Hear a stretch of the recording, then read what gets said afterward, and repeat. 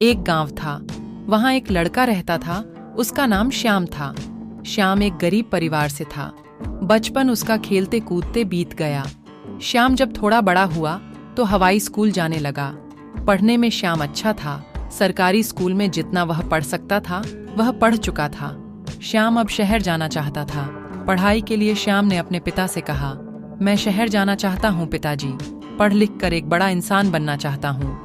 आपका माँ का नाम रोशन करना चाहता हूँ। पिताजी ने कहा, देखो बेटा, हमारी गरीबी इतनी है कि हम तुम्हें शहर नहीं भेज सकते, लेकिन तुम्हारा सपना है तो हम उस सपने को टूटने नहीं देंगे। एक काम करो, हम लोग अपनी जमीन भी गिरवी रख देते हैं। पढ़कर उधार के पैसे वापस लौटा लेना और वह वापस जमीन ले लेना। श्याम इस बात से मान गया।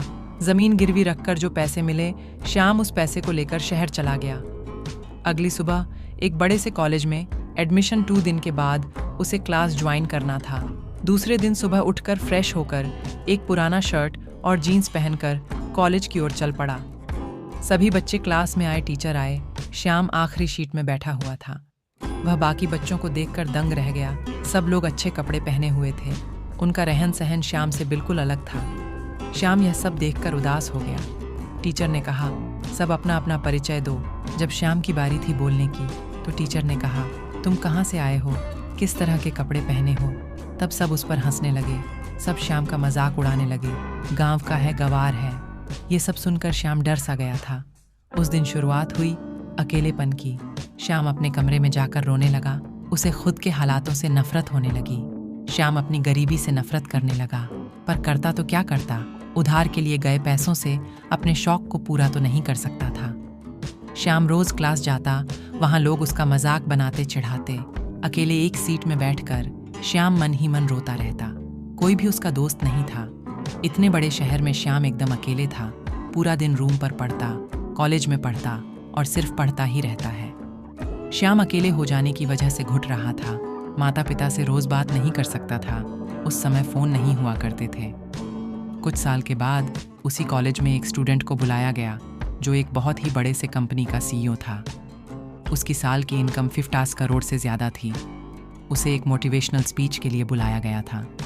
उसका स्वागत करते हुए टीचर ने कहा, स्वागत करिए हमारे होनहार लड़के का जिसका नाम श्याम है। श्याम बड़े गर्व से चलकर स्टेज पर आया।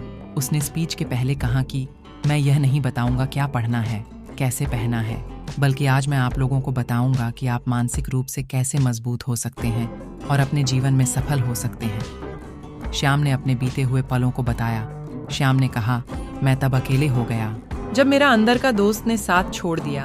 अगर आपके अंदर का दोस्त आपके साथ है तो आप कभी भी अकेले नहीं हो सकते। श्याम ने आगे कहा, मेरी जिंदगी तब बदल गई जब मैं एक मंदिर में बैठकर रो रहा था। तब एक बूढ़े व्यक्ति मेरे पास आए और उन्होंने कहा, बेटा क्यों रो रहे हो। मैंने उन्हें बताया। तब वहां बोले, अरे बेटा, सबसे बड़ी ताकत मिली है तुमको। मैंने कहा, कुछ समझा नहीं मैं।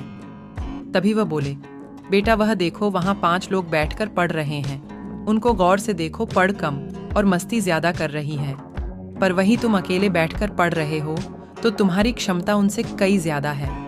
तुम्हारा ध्यान उनसे ज्यादा मजबूत है। हर कोई अकेले नहीं रह सकता। यह एक ऐसी शक्ति है जिसका उपयोग करके आप महान व्यक्ति बन सकते हैं। तुम्हें तुम्हारे हालातों ने दिया है अकेलापन, उसका फायदा उठाओ, रो मत। यह एक हथियार है जिसके प्रयोग से तुम अपने सपनों को अपना बना सकते हो। ये कठिन है, मैं मानता हूँ, पर यही है जो तुम्हें भटकने से रोक पाएगा। हम पूरी जिंदगी न जाने कितनों के साथ रहे हैं और सुकून इसी उम्र में मिल रहा है। जब हम अकेले होते हैं हम खुद को जान पाते हैं, अपनी शक्तियों को पहचान पाते हैं। इसलिए तुम अपने लक्ष्य की ओर मेहनत करते रहो। समय ने तुम्हें अकेला किया है तो वह कल तुमको करोड़ों लोगों के बीच में खड़ा करेगा और वह करोड़ों लोग सिर्फ तुम्हें देखने के लिए वहां खड़े होंगे। श्याम ने कहा, धन्यवाद मुझे और मजबूत बनाने के लिए। श्याम ने कहा, बच्चों आज मैं हजारों लोगों से मिलता हूँ, फिर भी सुकून नहीं मिलता जो अकेलेपन में मिलता था। इसलिए दोस्त बनाओ या ना बनाओ, पर अकेले रहना सीख लो। यकीन मानो वही असली खुशी है। तो दोस्त जो भी अपने जीवन में अकेले हैं, यकीन मानो आपके पास जीवन का सबसे बड़ा हथियार है। इसका इस्तेमाल करके अपने सपनों को अपना बना लो। अकेलापन एक हथियार है जीवन का। अगर आप इससे चाहो तो अपनी जिंदगी के सपनों को पूरा करके अपनी जिंदगी बेहतर बना लो, या फिर अकेलेपन में घुट घुट कर बर्बाद हो जाओ और दुनिया में उपहास का पात्र बन जाओ।